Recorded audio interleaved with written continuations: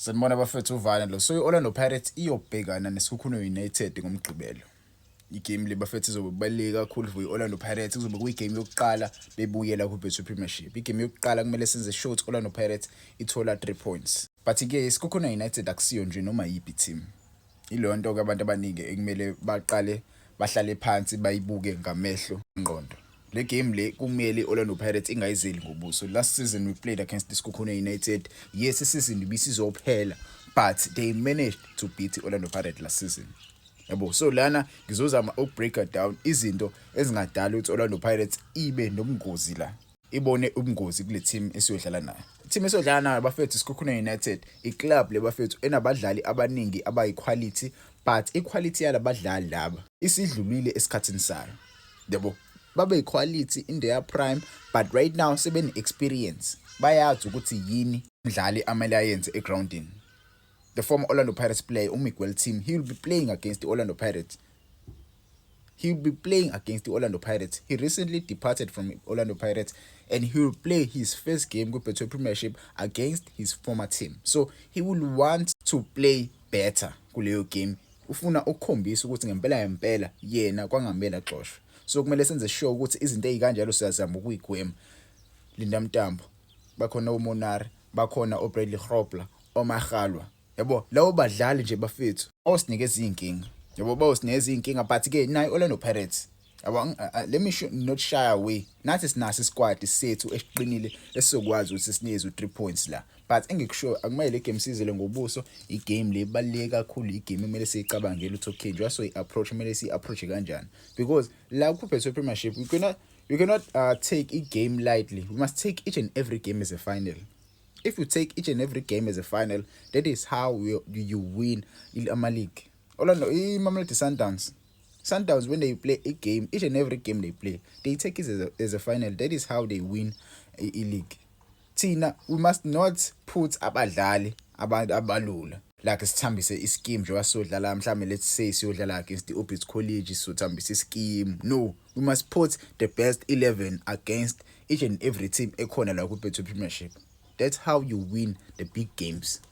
That is why Orlando Pirates is signing abadlali abaningi kanje abayiquality, because they want to challenge for the league. Simple as that. So last season we saw the mistakes enziwe i-team ukuzesidliwe. Angifuna ukukhuluma kakhulu loma mistakes. Sipho Chain, I think uSipho Chain really learned from those mistakes. Even with preseason we saw i-team lose amabhola bafethu, lose amabhola lapha eswini, ama set piece uyazi. Sikhukhune sinomdlalo kuthiwa uBradley Grobler. You saw Grobler against the TS Galaxy. Grobler is a that's a deadly striker. Eboxing awukwazi ukumnikeza ipiece uthi aphumule. Yabo, awumnikeza ipiece uthi aphumule lo amdlali weswini. So uGrobler Orlando Pirates mele yenze sure ukuthi mekunebhola elizayo elingene eboxing, ikhona i-set piece, i-free kick, you must be ready. The defenders must be ready ukuthi no, la ibhola liyakuba lifakelwa ba, because i-team le edlala lapha la season bashanga i-set piece, kwashawa igol, kwashawa nje i-cross, kwashawa igol. Simple as that. So akumele sifole into the same trap, because they know vele we lack when it comes to ama set piece. We lack. They will throw balls in the box. Sipho Chain, the only thing umele uyenze lapha, the only thing amele ayenze uthi aphume anqaka amabhola ashaye counter attack, shaye inqako. Aphume anqaka amabhola, shaye counter attack, shaye inqako. Simple as that. Angimele senze izinto eziningi ezifancy, yabo, because i-team esiyodlala now i-deadly kakhulu when it comes to ama aerial balls. Engakusho nje bafethu iqinile, i-physical kakhulu isikhukhune, si-physical, sizofuna ukushaya nge-physicality, yabo siswisile abadlali. Enye izinto kumele siyibheke, uma silithola kumele sisheshe siliphase. Bhola molithola, kumele usheshe uliphase. Bhola molithola, kumele usheshe uliphase. Ayisiyo iSukhukhune United ithole red card ile game le, because bazoza ne-physicality njengoba ngishilo nje bafethu. So le game le ayisiyo Orlando Pirates iwina, but ngeke kube igame elula. Game yokuqala ku-Betway Premiership.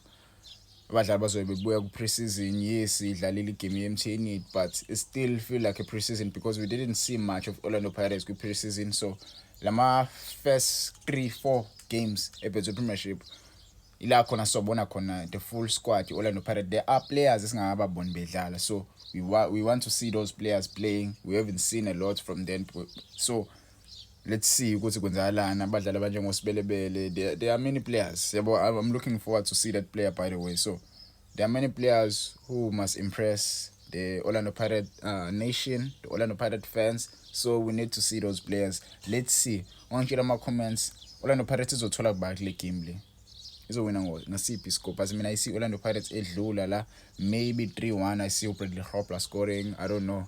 That guy is a deadly striker. He's a deadly striker. I see him scoring against Orlando Pirates. 3-1 score. Orlando Pirates izowina.